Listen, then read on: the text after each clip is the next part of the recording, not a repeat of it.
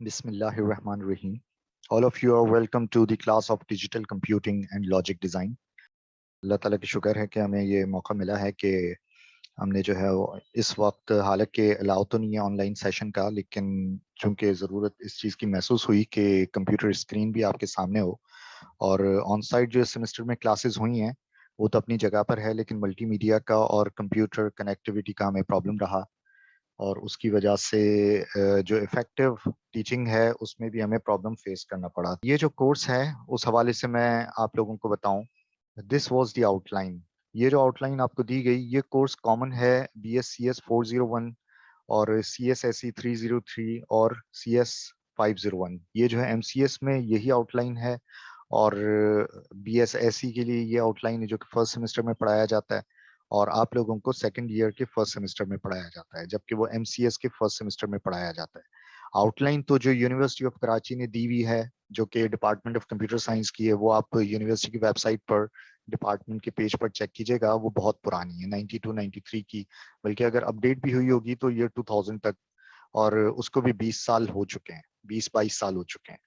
तो market oriented चीजें देखी जाएं, ना सिर्फ मार्केट ओरिएंटेड बल्कि फ्यूचर में जो आप आगे कोर्सेज करने जा रहे हैं, जैसा कि डिजिटल कम्युनिकेशन में डाटा कम्युनिकेशन एंड नेटवर्किंग में आप जब एल्गोरिथम्स को सॉल्व करेंगे तो आपको लॉजिक फंक्शंस की जरूरत पड़ेगी। जो कोर्स डिजाइन किया जाता है वो ना सिर्फ मार्केट ओरिएंटेड होता है, बल्कि ऐसा भी होना चाहिए कि आगे आपके जो फ्यूचर में कोर्सेज आ रहे हैं, चूंकि ये फंडामेंटल लेवल का कोर्स है, तो ये जो बेसिक्स हैं वो आपकी बहुत अच्छी होनी चाहिए। हमेशा याद रखें, जैसे कि लैंग्वेज आप बोलते हैं उसकी फ्लुएंसी कब आती है, जब उसकी वोकैबुलरी बहुत अच्छी हो, और उसकी राइटिंग फ्लुएंसी कब आती है, जब आप उसके बेसिक स्ट्रक्चर को जानते हैं, पार्ट ऑफ स्पीच को जानते हैं, और साथ ही साथ उसके अल्फाबेट्स को जानते हैं, उसके कैरेक्टर्स को जानते हैं।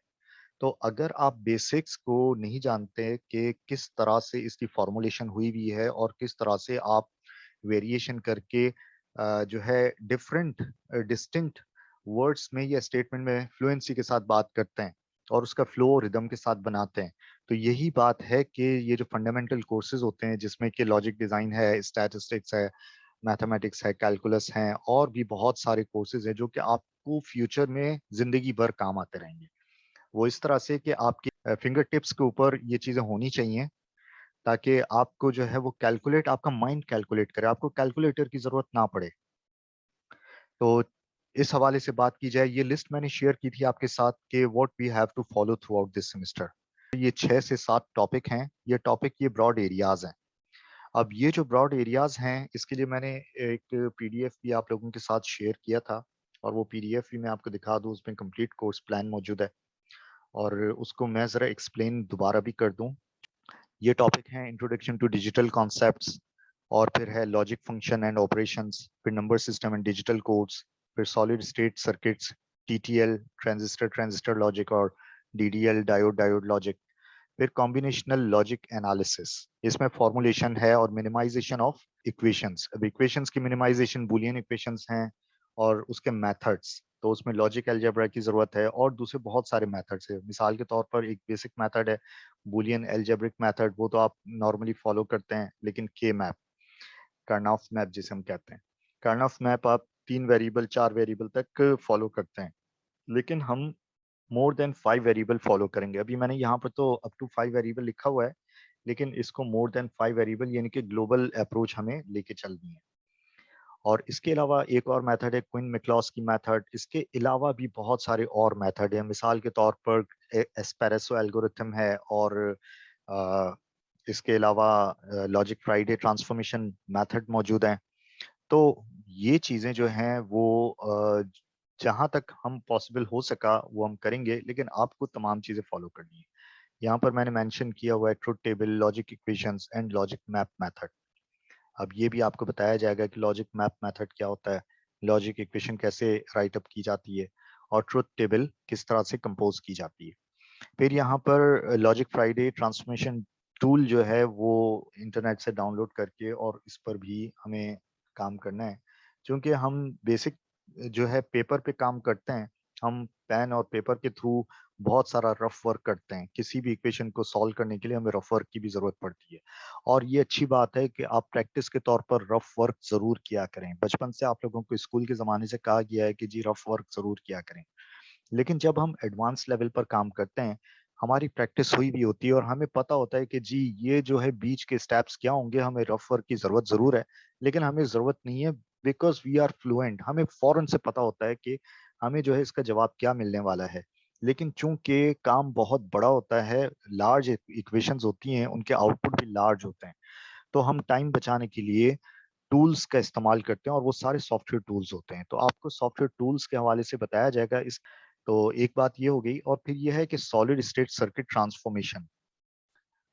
और सॉलिड स्टेट सर्किट ट्रांसफॉर्मेशन में ये हुआ कि जो काम हम पेपर पे कर रहे हैं, जो चीज हम सीख रहे हैं और पढ़ रहे हैं और सुन रहे हैं, इस चीज का प्रैक्टिकल एनवायरनमेंट में क्या एप्लीकेशन, यानी कि आप कैसे अप्लाई करेंगे, तो उसके लिए ट्रांसफॉर्म करना सॉलिड स्टेट के ऊपर। सॉलिड स्टेट का मतलब है कि मटेरियल के ऊपर, ब्रेडबोर्ड के ऊपर, सर्किट के ऊपर इंटीग्रेटेड सर्किट मौजूद हो। इंटीग्रेटेड सर्किट के अंदर क्या है उससे आपका कंसर्न नहीं है, लेकिन आपको पता होना चाहिए कि what is the purpose of integrated circuit. ये लॉजिक फंक्शन को रिजॉल्व करते हैं। तो लॉजिक फंक्शन तो आप मैथमेटिकल इक्वेशन के थ्रू करते हैं। तो मैंने हमेशा आपसे ये कहा हुआ है कि मैथमेटिक्स और फिजिक्स, ये दोनों चीजें बार बार अप्लाई होती हैं पूरी जिंदगी एनवायरनमेंट में, अगर आप कोई चीज अप्लाई करते हैं तो यहाँ पर यही बात है कि आप लॉजिक सर्किट के थ्रू अप्लाई करते हैं, कोई भी चीज बनाते हैं, कोई ऑटोमेशन बनाते हैं, कोई स्विचिंग बनाते हैं, और ये आपको नजर आती है। उस वक्त आपको तसल्ली होती है, उस वक्त आपका यकीन जो है वो पुख्ता हो जाता है कि जो मैंने पढ़ा, मैंने अप्लाई किया और मुझे समझ में भी आ गया और मैं करने के काबिल हो गया। तो यही हमारी अप्रोच होनी चाहिए कि from learning till composition of experiment and productivity. तो ये इस तरह से इसको डिजाइन किया गया है। अब मैं आपको एक पीडीएफ इसी चीज की दिखाऊं कि उसमें कंप्लीट चीजें, और उस हवाले से मैं आपसे बात करूं, और फिर मैं आपको बुक के हवाले से भी बताऊं कि बुक का क्या कंटेंट हमें फॉलो करना है। अब ये जो पावर पॉइंट के ऊपर आप देख रहे थे, इसकी मैंने स्क्रीन जो है पीडीएफ के ऊपर शेयर की है ताकि हम मुकम्मल तौर पर इसको देखें। अब ये जो कंटेंट आपको बताया गया है उसमें article of fluids, articles of fluid chapter one, one का आर्टिकल नंबर 5, 2 का आर्टिकल नंबर 12, और 3 का आर्टिकल नंबर 7, 4 का 12 और 5 का 6 इंक्लूड नहीं है। अब ये किस तरह से है कि इंट्रोडक्शन टू डिजिटल कॉन्सेप्ट्स, ये जब आप फॉलो कर रहे होते हैं तो आपको असाइनमेंट भी दिया गया, उसकी भी डिस्क्रिप्शन में दोबारा भी बता दूं, क्योंकि मुझसे एक दो स्टूडेंट्स ने ये सवाल किया, तो फिर मैंने कहा कि जी वॉइस मैसेज पर या वीडियो मैसेज पर आपको बता दिया जाए ताकि आप इसको फॉलो भी करें, क्योंकि ये सेमेस्टर का आपका पूरा काम है। अच्छा, चैप्टर नंबर 1 जो फ्लॉइड है, इसमें ये ब्लू कलर का जो स्टार लगा हुआ है, इसका मतलब ये हुआ कि ये ब्लू कलर का स्टार ये है। अब इस हवाले से जो इंडिकेशन दी गई है वो ये है कि चैप्टर 1 में ये चीज आप छोड़ दें, चैप्टर 1 में ये चीज आप छोड़ दें। अच्छा, यहाँ पर ये देखें कि चैप्टर 1 का आ, ये पार्ट हो गया, जबकि यही टॉपिक जो है चैप्टर नंबर 14 में भी मौजूद है। जैसा कि मैं अभी आपको ये बताने जा रहा हूँ कि चैप्टर नंबर 14 में ये मौजूद है, और फिर इसको बुक में हम देखेंगे भी।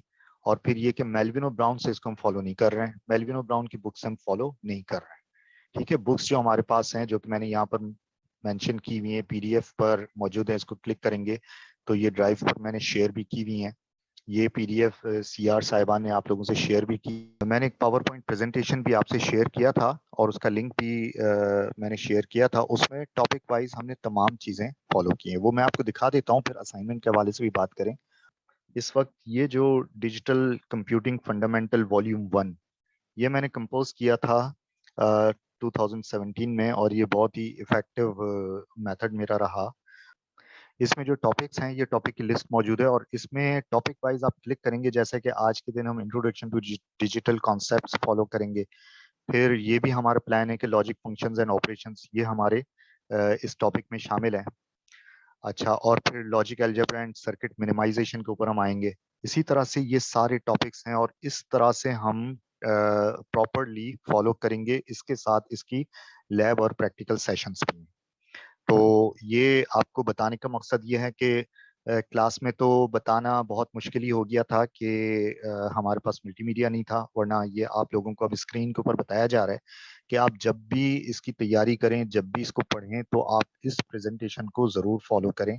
और ये पूरी दुनिया इसको फॉलो कर रही है, सिर्फ आप लोग नहीं, BSCS कंप्यूटर साइंस वाले नहीं, पूरी दुनिया इसको रेगुलर बेसिस पर रीड कर रही है। मुख्तलिफ यूनिवर्सिटीज़ पूरी दुनिया की, आप अगर इंटरनेट पे लिंक देखेंगे रिसर्च गेट पर, तो इसको बहुत लोग जो है वो रीड करते हैं और रेगुलर बेसिस पर, यानी कि वीकली मेरे पास अपडेट्स आती हैं और 1600 1700 तकरीबन इसके डाउनलोड्स होते हैं और इसको रीड किया जाता है। डाउनलोड तो अपनी जगह पर, लेकिन इसको रीड किया जाता है, तो आप भी फॉलो करें। अब मैंने यहाँ पर आपको इतना काम बताया है, ये एक सेमेस्टर का कोर्स नहीं है। वैसे तो देखा जाए कि ये बहुत ही लेंथी आउटलाइन होती है, लेकिन ये नेसेसरी होती है फंडामेंटल्स को लर्न करने के लिए। तो उसमें आपका बराबर का पार्टिसिपेशन चाहिए और हमारी तरफ से प्रॉपर अटेंशन चाहिए। और फिर सीआर साहिबान जो है इसको लाइजॉन करते हैं, तो सीआर भी एक्टिव रहते हैं। सीआर हमेशा एक्टिव रहते हैं टीचर और स्टूडेंट्स के दरमियान जो कम्युनिकेशन मेथड्स हैं उनको इंट्रोड्यूस करवाने में। अब इसमें आप लोगों की तरफ से जो पार्टिसिपेशन है वो यही है, मैंने यही रखा हुआ है कि एग्जाम के हवाले से जो 100 मार्क्स का पेपर होता है उसको हम डिस्ट्रीब्यूट कर देते हैं। डिस्ट्रीब्यूशन ऑफ मार्क्स जैसा कि बताया जाता है कि 50% मार्क्स जो है वो फिजिकल जो पेपर आपका होता है उस पर रखे जाएं, और बाकी जो 50% है उसको हम थोड़ा सा एक तरफ करके उसको पूरे सेमेस्टर के सेशन के ऊपर ड्रॉप करें, और उसमें फिर आपको असाइनमेंट दे दिया जाए रेगुलर बेसिस पर, उसकी गाइडलाइन भी दे दी जाए, और आप अपने तौर पर रेगुलर बेसिस पर अपने फ्रीडम ऑफ टाइम के साथ इसको कंपोज करते रहें। और यही बात है कि आप पढ़ रहे हैं या नहीं पढ़ रहे हैं, आप फॉलो कर रहे हैं या नहीं फॉलो कर रहे हैं। आपसे अभी ये बात पूछी नहीं जा रही है, लेकिन रिकॉर्ड की जा रही है फॉलोअप शीट्स के थ्रू। मुझे महसूस हुआ, ऑब्जेक्शंस भी हैं स्टूडेंट्स को कि जी हमें कुछ समझ में नहीं आ रहा कि ये फॉलोअप शीट्स का पर्पस क्या है। फॉलोअप शीट्स इसीलिए रखी गई हैं कि हम जो हैं वो इसको इस तरीके से फॉलो करें। जैसे कि सबमिशन नंबर 1 का मतलब है कि ये हमारा फेज 1 है, जिसमें 2-1, 2-2, 2-3, 2-7, 2-7 रेलिवेंट का मतलब ये हुआ कि ये जो लिस्टिंग है वो इसके मुताबिक है, 2-1, 2-2, 2-3 एंड 2-7, 2-6 एंड 2-7। अब इसका क्या मतलब हुआ कि ये हमारा फर्स्ट फेज है। जिस तरह 3 सबमिशन हमने रखे हुए हैं, तो इस तरह सेमेस्टर जो है वो तकरीबन 14 वीक का या 15 वीक का होता है, और 14-15 वीक हमें पूरे के पूरे नहीं मिलते हैं। तो हम ये करते हैं कि कभी सेमेस्टर देर से शुरू हुआ, कभी स्ट्राइक आ गई, कभी बारिश हो गई, कभी स्ट्राइक कुछ और हो गया, कभी आप नहीं आए और कभी हमारी तरफ से क्लास नहीं हुई। तो हमें ये प्रैक्टिकल ग्राउंड के ऊपर देख लेना चाहिए कि टोटल ड्यूरेशन हमारे पास कितना है। टोटल ड्यूरेशन हम अगर प्रोडक्टिव टाइम देखते हैं तो 10 वीक्स है हमारे पास। 10 वीक्स अगर हम बहुत अच्छे तरीके से चलते हैं, तो इसका मतलब है कि हमने बहुत अच्छा काम कर लिया। तो प्लान भी 10 वीक्स के हवाले से ये हो, 10 से 12 क्लासेस आपकी जरूर हो जाएं। 12 नहीं तो 10 जरूर हो जाएं। लाजमी नहीं है कि उसके लिए अटेंडेंस आपकी हो, लाजमी ये है कि आप इसको अच्छे तरीके से फॉलो करें और लर्न करें। तो इसमें हमने 3 फेजेस रख लिए कि एक छोटा सा 2 या 3 हफ्ते का एक फेज रख दिया, कि जिसमें 2 या 3 हफ्ते का एक फेज रख दिया जिसमें कि हमने ये टॉपिक कवर करने हैं, और फिर हमने एक फेज रख दिया 4 हफ्ते का, उसमें ये फॉलो करें और इसमें ये फॉलो करें। बीच में रमजान का महीना भी आ जाए, ईद का भी, तो एक सवा महीना ये भी आ जाए जिसमें आपको थोड़ा सा रिलीफ भी दिया जाए। इसके अलावा वीक वाइज जो है वो लैब के ऑब्जेक्टिव भी दिए जाएं। अब लैब के हवाले से भी मैं आपको ये बताऊं कि आपकी चूंकि बहुत बड़ी क्लास होती है, लैब में हमारे पास इतनी जगह नहीं है, तो जो प्रैक्टिकल एनवायरनमेंट है वो बगैर लैब के भी किया जा सकता है और अपनी पर्सनल लैब बना के भी किया जा सकता है। जैसा कि प्रोग्रामिंग के कोर्सेज होते हैं, तो आपका कंप्यूटर उसके लिए इनफ है और टीचर की गाइडेंस और प्रैक्टिकल ऑब्जेक्टिव इनफ होता है। तो उसमें यह है कि आपका अपना प्रैक्टिकल एनवायरनमेंट होता है, आप घर पर बैठकर भी करते हैं और कॉरिडोर में बैठ के भी या क्लासरूम में बैठ के भी काम कर रहे होते हैं, आपको लैपटॉप चाहिए होता है। इसी तरह से डिजिटल कंप्यूटिंग में भी 2 एरियाज हैं, एक सॉफ्टवेयर बेस्ड टूल्स के हवाले से आपको बताया जाए और एक हार्डवेयर ओरिएंटेड वर्क बेंच के हवाले से आपको बताया जाए। और ये आपका इंटरेस्ट है, ज्यादातर मैंने यही देखा है कि लोग वो काम जो कि प्रैक्टिकल होता हुआ नजर आता है और उनको उस चीज में प्रॉपर लर्निंग होती है, वो है फिजिकल।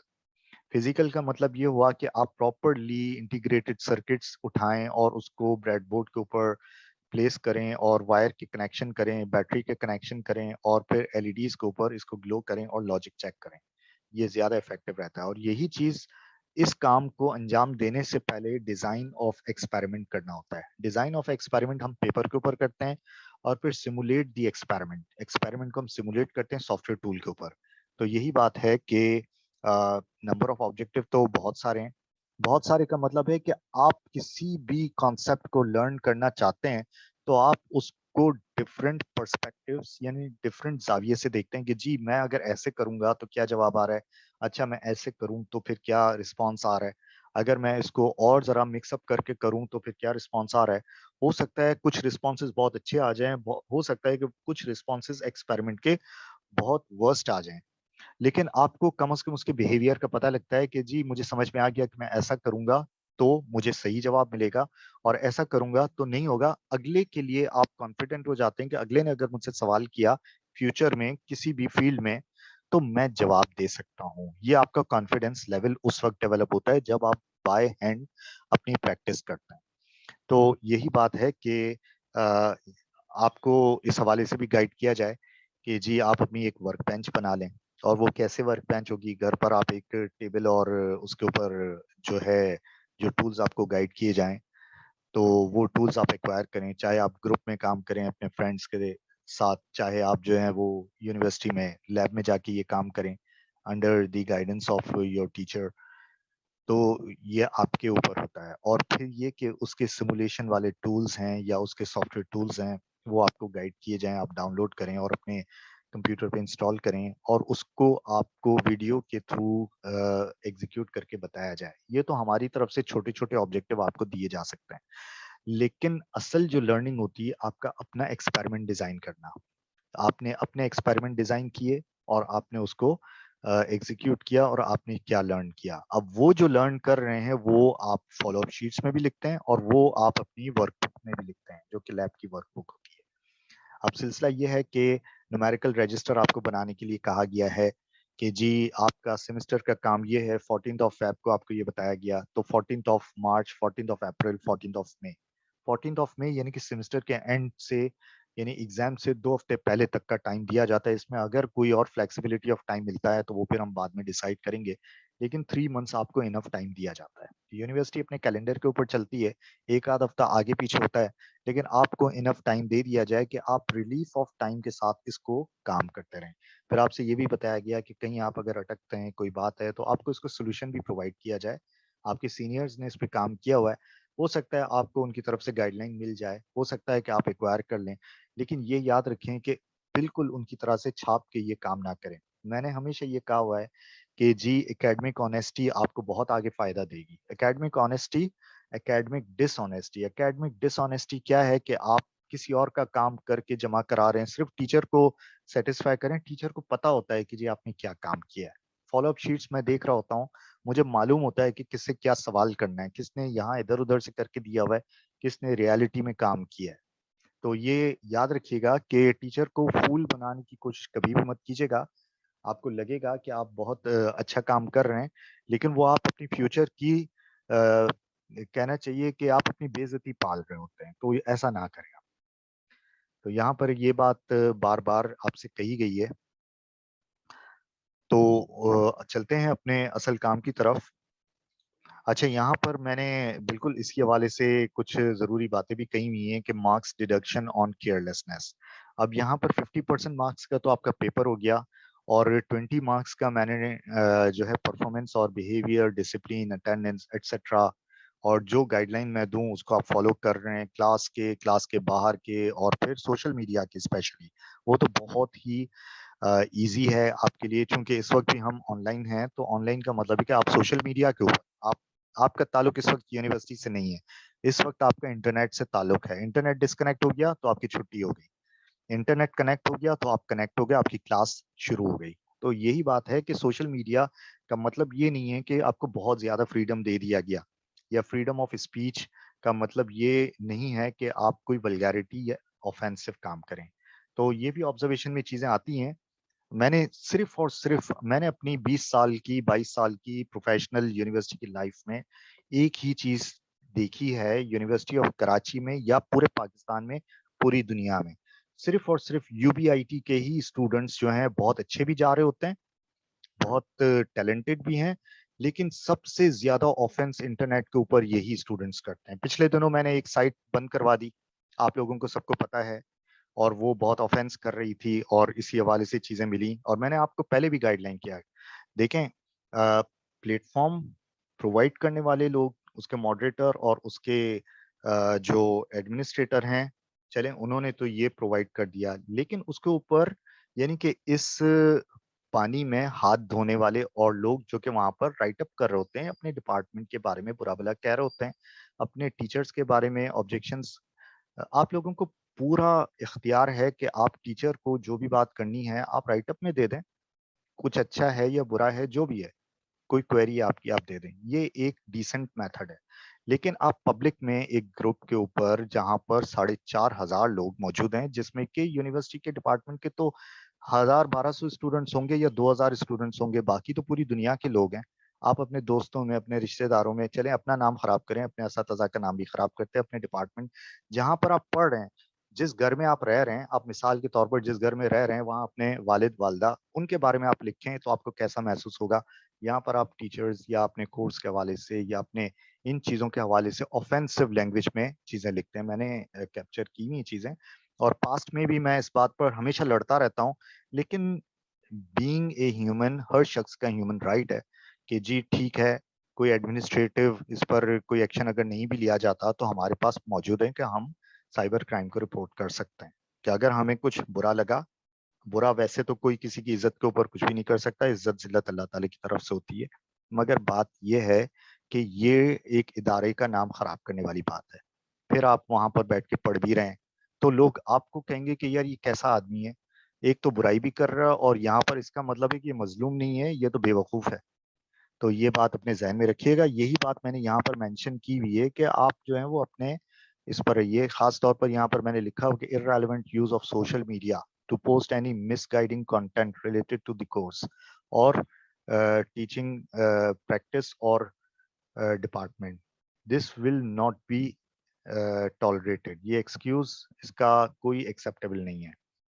तो कुछ लोगों ने इस तरह से किया हुआ है, मेरे डेस्कटॉप के ऊपर मैंने कैप्चर की हुई चीजें, तो मैं इस चीज को फॉलो भी नहीं करना चाहता हूँ, ना ही मैं किसी ऑफेंस में नहीं पढ़ना चाहता हूँ। तो मैंने ये बात आपको सिर्फ बता दी है कि इस तरह के काम ना करें। दूसरी जो खास बात है वो असाइनमेंट सबमिशन मेथड है, उसको प्रॉपर फॉलो नहीं करते हैं, या फिर यह है कि आप जो हैं असाइनमेंट छाप के जमा करवाते हैं, जैसे कि आप फॉलोअप शीट्स इधर उधर से देख के जमा कराते हैं, पता लग जाता है कि मैंने उसके ऊपर मार्किंग की हुई है या मैंने साइन करके दे दिया है, इसका मतलब है कि एट द एंड मेरे पास आएगा, या जब भी मैं आप लोगों से कलेक्ट करवाऊंगा और आप मुझे ये 8 से 10 शीट्स स्टैपल करके जमा करवाएंगे, उस वक्त मैं इसको प्रॉपरली चेक करूंगा, देखूंगा कि जी आपने क्या काम किया हुआ, आपकी राइटिंग, आपकी सिग्नेचर, जो कि आपको पहले वीडियो में बता दिए गए थे कि जी आपने इस तरह से फॉलो करना। तो गाइडलाइन अगर फॉलो नहीं करते हैं, इम्तिहान के दौरान भी यही देखा जाता है कि लोग अपना सीट नंबर लिखना रह जाता है। क्यों रह जाता है? जब आप इम्तिहान देने आए तो आपकी अटेंडेंस होनी चाहिए, आपको खुद को ख्याल होना चाहिए कि अटेंडेंस लिस्ट में आपने साइन करना है, कॉपी का नंबर। तो आपको ये बताया जा रहा था कि marks deduction on carelessness number 1, कि सोशल मीडिया पर इरेलीवेंट ऑफेंस ना करें। और इसके अलावा मैं तो ये कहूँ कि अगर आप लोगों में से जो लोग पोजीशन होल्डर हैं या जिनके मार्क्स अच्छे आते हैं, मैं तो ये कहूँ कि सोशल मीडिया पर उनका प्रमोशन किया जाए, ताकि आप ही के दोस्त हैं, आप ही के लोग हैं, और फ्यूचर में फिर जॉब्स भी उनको अच्छी मिलती हैं, अपॉर्चुनिटीज अच्छी मिलती हैं। क्रेडिट आप लोगों को पब्लिक की तरफ से मिलता है। वैसे यूनिवर्सिटी आपको क्रेडिट देती है नहीं देती है वो अलग बात है, आपका इदारा आपको देता है नहीं देता है, हर किसी को नहीं दिया जा सकता है क्योंकि एडमिनिस्ट्रेटिव मैटर्स हैं। डिपार्टमेंट ऑफ केमिस्ट्री देख लें कि जो टॉप रैंक आता है उसका मेन एंट्रेंस पर बोर्ड पे नाम लिखा जाता है, अपडेट किया जाता है हर साल की बुनियाद पे।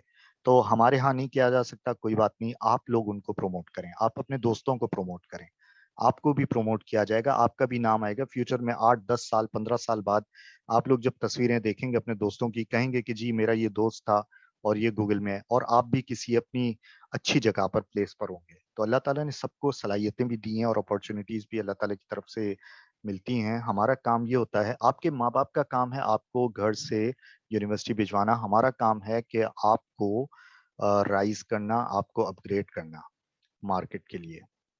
तो ये ख़्याल रखिएगा और उसके लिए जो आपको असाइनमेंट दिए जाते हैं, जब तक आप खुद इसको परफ़ॉर्म नहीं करते हैं, आप कभी भी लर्न नहीं करते हैं। इसलिए यही कहा जाता है कि आप जो हैं कोई किसी तरह की कोई केयरलेसनेस ना दिखाएँ और ना इम्तिहान के दौरान और इसके अलावा जो है असाइनमेंट्स आपके ओरिजिनल जमा होने चाहिए। तो ये ख़ास बातें हैं, इसका मतलब ये नहीं है कि आपको पनिश दी जा रही है या आपके खिलाफ काम किया जा रहा है। इसका मतलब ये है कि आपको अपने सुपरविज़न में एक अच्छे तरीके से हम चाहते हैं कि आपके score best of the best हों। हम ये नहीं चाहते हैं कि जी हम अगर आपको धमकी देंगे या ये करेंगे या वो करेंगे तो आप हमारी बात मान जाएँगे। मैंने ये देखा है कि बहुत रिस्पेक्टफुली लोग मिलते हैं। तो यही है कि बस प्रॉपर गाइडलाइन की ज़रूरत है। तो चलते हैं अपने असल काम की तरफ। ये चीज़ें मैंने इम्प्रूवमेंट और रिपीटर्स के लिए लिखी हुई हैं। वैसे उनसे भी बात हुई भी है मेरी। अच्छा, एग्ज़ाम के हवाले से इम्पोर्टेंट नोट और थ्रू आउट द सेमेस्टर जो भी बात कही जाए, इन चीज़ों पर फ़ोकस ज़रूर करें। जैसा कि है do and practice all the numericals given in exercises, examples, drill problem है, जो कि कंटेंट लिस्ट अभी आपको दिखाई गई, जो कि ऊपर मौजूद है। और जिसका सबमिशन मेथड भी बताया गया है कि ये आपको अब यहाँ पर सबमिशन 1, 2 और 3 का मतलब ये है कि एक ही आप रजिस्टर बनाएँ, न्यूमेरिकल रजिस्टर और फिर अपने तौर पर उसका शुरू के 1-2 पेजेज़ छोड़ दें टाइटल पेज के अलावा ताकि आप टेबल ऑफ कंटेंट अपनी बना सकें, पेज नंबर लिख सकें। लेकिन बाकी जो है वो आप अपने तौर पर जो टॉपिक पढ़ रहे हो, आप बेशक एट द एंड इसको कंपोज़ करें। आपसे पहले नहीं माँगा जाएगा, आखिर में माँगा जाएगा। तो ये आपको बताया गया है tips to learn. Do and practice all numericals सारे न्यूमेरिकल दोनों बुक्स के, चाहे वो at the end of chapter हो, चाहे मिड ऑफ द चैप्टर हो, लेकिन आपको सारा काम करना है। जहाँ पर आप अटकते हैं, आप पूछ लें, आप सीआर को कह दें, आप मुझे कह दें, मैं आपको सॉल्यूशन प्रोवाइड कर दूँगा। अगर आप चाहेंगे तो मैं पहले से भी सॉल्यूशन आपको प्रोवाइड कर सकता हूँ, लेकिन उसका मतलब ये ना हो कि वो स्पून फीडिंग हो। मुझे क्या करना है, एक ड्राइव के ऊपर रखना है पीडीएफ और उसका लिंक आपसे शेयर करना है और कोई ख़ास काम नहीं करना। मेरे पास रखे हुए लोगों के रजिस्टर वो भी मैं आपको दे सकता हूँ, आप कैप्चर कर सकते हैं, लेकिन आप पहले अपना काम करके आएँ। मैंने यहाँ पर पॉलिसी ये रखी हुई है कि ये कोर्स लेंथी होता है आमतौर पर और पीस ऑफ माइंड के साथ इस पे काम किया जाता है, तो 50% एफर्ट हमारा होता है, 50% आपका एफर्ट हो। कुछ टॉपिक मैं नहीं भी करवाऊँगा, तो वो फिर जैसे कि नंबर सिस्टम और डिजिटल कोर्स आपने पहले भी पढ़ा हुआ है, लेकिन आपको अभी करना है, ये आप खुद करेंगे। या क्विन मैक्लॉस की मेथड, अगर मैं ये दूसरे मेथड्स आपको बता रहा हूँ, तो कुछ मेथड्स आपको भी फॉलो करने हैं। तो ये ज़रा ज़हन में रखिएगा। और भी 1-2 चीज़ें हो सकता है कि आपसे बिल्कुल रेलेवेंट ना हो या किसी और कोर्स में आप पढ़ रहे हो, मैं एलिमिनेट करवा दूँ, ये भी पॉसिबिलिटी है। अच्छा, इसमें जैसे-जैसे आप काम करते जाएँगे, वैसे-वैसे आपकी इस सब्जेक्ट के हवाले से वोकैब्युलरी डेवलप होती है, जिसमें कि ये है कि मेथड्स आपकी ज़बान पर बैठना शुरू हो जाएँगे। इसके अलावा आईसी के नंबर्स हैं, जो कि स्टैंडर्ड इंटीग्रेटेड सर्किट्स हैं या लॉजिक के जो टाइप्स हैं, वो आपके ज़हन में बैठना शुरू हो जाएगी। और फिर जो है आप जब भी बात करेंगे, तो आपको या मैं अगर किसी लेक्चर सेशन में कोई जार्गन यूज़ कर रहा हूँ, तो आपको बड़े अच्छे तरीके से अंदाज़ा होगा कि जी किस हवाले से बात हो रही है। सर्किट के हवाले से बात हो रही है, लॉजिक के हवाले से बात हो रही है, क्या बात हो रही है, टूल के हवाले से बात हो रही है, तो आपको उसके डायमेंशन और डायरेक्शंस का पता हो। तो ये सारी चीज़ें तो मैंने बता दी हैं, अब आप इसको फ़ॉलो कीजिए। अच्छा, बुक के हवाले से भी मैं थोड़ा-सा बता दूँ। बुक आपको मैं दिखा दूँ यहाँ पर, ये बुक है डिजिटल फंडामेंटल्स। अब बुक जब भी आप फ़ॉलो करते हैं, एक तो ये बुक है और एक है ये तो है 11th edition of Thomas L Floyd और दूसरा ये है कि digital computer electronics Malvino Brown. मैं आपको एक बात ये बता दूँ कि बीइंग ए टीचर अगर मैं कोई काम कर रहा हूँ, तो क्लास में बेशक कितनी ही पॉपुलेशन हो, लेकिन हर क्लास में कुछ स्टूडेंट ऐसे होते हैं जो कि टीचर्स की मदद करते हैं, क्लास की भी मदद करते हैं। मुझे बुक्स कहाँ से मिलती हैं, अब मुझे नहीं पता था, ये किताब तो मिल नहीं रही थी। स्टूडेंट्स ने कैप्चर की, पीडीएफ बनाई और मुझे दे दी या सर्च करके डाउनलोड करके और फिर मुझे लिंक भिजवा दिया कि सर ये मुझे मिल गई ये किताब, आप इसको फॉलो करवा दें। और मैं आपको ये भी बताऊँ कि यूट्यूब चैनल जो मैंने बनाया लास्ट सेमेस्टर में मैंने बनाया और उसमें भी कुछ स्टूडेंट्स ने बहुत मोटिवेट किया। वो ऑलरेडी यूट्यूब चैनल के लिए काम कर रहे थे और उन्होंने कहा कि सर हम आपको डिज़ाइन करके देते हैं, आप सिर्फ़ अपनी प्रेजेंटेशन वहां पर शेयर करें। मुझे बोलने आता है तो मैंने इस चीज को एक्सप्लेन किया, तो उससे बेनिफिट ये होता है कि एक बड़ी पॉपुलेशन को इसका फायदा होता है। तो आप भी इसी चीज को ध्यान में रखें कि आपकी क्लास में भी ऐसे लोग मौजूद हैं। तो ये बताया जाए कि इस बुक को फॉलो कैसे करना है। बुक को जब भी फॉलो किया जाता है, बेस्ट ऑफ द बेस्ट हमेशा यही है, आपको पीडीएफ फॉर्मेट में दिया गया है, तो आप बुक का प्रीफेस जरूर देख लें। पहले तो ये देखें कि ये बुक कितनी पुरानी है। ये बुक ज्यादा पुरानी नहीं है। ये बुक जो है, इसके पुराने एडिशंस भी आए हुए, लेकिन सारे जो हैं वो इफेक्टिव हैं। लेकिन इस वक्त जो हम फॉलो कर रहे हैं वो इस तरह से कि इसकी पावर पॉइंट भी मौजूद है, इसके एक्सरसाइज प्रॉब्लम, ड्रिल प्रॉब्लम्स वो भी मौजूद हैं, और इसका सपोर्ट भी मौजूद है। बुक की वेबसाइट मौजूद होती है, वेबसाइट पर तमाम चीजें मौजूद हैं। तो हमेशा जो भी पीडीएफ बुक देखें उसकी वेबसाइट को पहले ही विजिट कर लिया करें, ताकि आपको पता हो कि क्या क्या रिसोर्सेज मौजूद हैं। ये 2015 की बुक है, तो ज्यादा पुरानी नहीं है। तो ये बात बताना कि जी बुक के प्रीफेस में जाएं, बुक के इंफॉर्मेशन पेज में जाएं और बुक का लिंक देख लें। और अगर यहाँ से आपको नहीं मिलता या कोई ब्रोकन लिंक मिलता है यहाँ पर, तो आप इंटरनेट पे सर्च कर लें, आपको बुक की कंप्लीट इंफॉर्मेशन मिल जाएगी। तो ये हो गया इसका एक पेज। और अब आगे इसमें और भी देख लें कि इसके कंटेंट किस तरह के हैं। एक तो ये प्रीफेस देखना बहुत जरूरी होता है। प्रीफेस इसलिए हम देखते हैं कि बुक को फॉलो कैसे करना है। इसमें मौजूद होता है कि जी पूरी की पूरी बुक फॉलो करनी है, या बेसिक लेवल पर पढ़ना चाहते हैं या एडवांस लेवल पर पढ़ना चाहते हैं, आप क्या करना चाहते हैं, क्या चीज एलिमिनेट कर लें अपने सेशन से। तो यहाँ पर ये आपको एक तो मार्केट ओरिएंटेड चीजें बताते हैं, और दूसरा ये कि कौन कौन से चैप्टर फॉलो करने हैं। अच्छा, बुक के फीचर्स के हवाले से कि जी इसमें मार्जिन्स में इंपॉर्टेंट जो चीजें हैं उसको मेंशन किया जाता है। चैप्टर की summary, quiz, true false question, multiple choice question, ये तमाम चीजें मौजूद होती हैं। इसके अलावा बुक की वेबसाइट के ऊपर एक्सपेरिमेंट्स भी रखे हुए होते हैं जो कि स्टूडेंट्स के लिए होते हैं। अब ये बुक जो है टूल यूज करी है मल्टी सिम, जबकि हम मल्टी सिम यूज नहीं कर रहे हैं। मल्टी सिम लाइसेंस्ड वर्जन है। हम इलेक्ट्रॉनिक वर्क बेंच भी यूज करते हैं, हम प्रोटियस स्कीमेटिक भी यूज करते हैं। मार्केट में ज्यादातर प्रोटियस स्कीमेटिक चलता है क्योंकि वो फ्रीली अवेलेबल भी है, और वो वही काम हमारा अंजाम दे देता है। लेकिन वो एडवांस लेवल पर, उसके लिए आपको इलेक्ट्रॉनिक्स आनी चाहिए। तो अगर मैं करवा सका आपको यहाँ पर, तो मैं आप लोगों को बेसिक के ऊपर बताऊं। अगर इंटरनेट बेस्ड हम काम कर रहे हैं तो लैब में हम ये काम नहीं कर पाएंगे। ये सॉफ्टवेयर ओरिएंटेड टूल्स हैं, तो उसके लिए आपको लैपटॉप की जरूरत है और इंटरनेट कनेक्शन की जरूरत है। वो आप घर पे बैठ के कर सकते हैं। तो एक ये बात बता दी गई। और दूसरा ये कि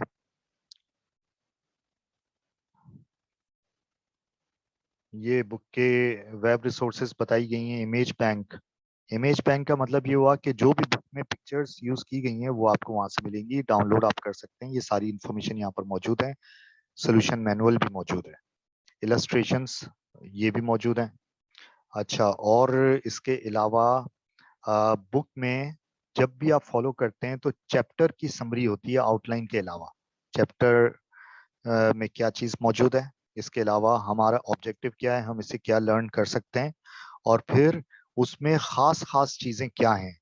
तो ये उसका जार्गन होता है। तो इस की टर्म को तो आप पहले ही रीड कर लिया करें, और उसके अलावा जो है इसको गो थ्रू करें कि ये आपसे रेलेवेंट है या नहीं है। सारा का सारा आपसे रेलेवेंट नहीं होगा। कुछ टर्म्स जो है वो एडवांस हैं, जिससे कि जैसा कि मैंने बताया, कोई एलिमिनेट करनी है, उसको हमने फॉलो नहीं करना। और उससे आप लर्न क्या करेंगे, बस ये खास चीजें कि बुक का पैटर्न आप देख लें, फिर बुक को फॉलो करना आपके लिए बड़ा आसान हो जाएगा। जैसा कि हर सेक्शन के एंड पर ये चेकअप क्वेश्चंस मौजूद है, जिसे हम ड्रिल प्रॉब्लम्स कहते हैं, और चैप्टर के एंड में क्वेश्चंस मौजूद हैं, चैप्टर के बीच में एग्जाम्पल प्रॉब्लम्स मौजूद हैं, और उसको समझाने का तरीका भी मौजूद है। उसके लिए इंफॉर्मेशन का नोट भी मौजूद है, टिप्स भी मौजूद हैं। तो ये डिफरेंट कलर से शो किए गए हैं, आपके लिए बड़ी आसानी। Book is the best friend. Book जो है वो आपको खुद ही गाइड कर रही है कि जी आपने चलना कैसे।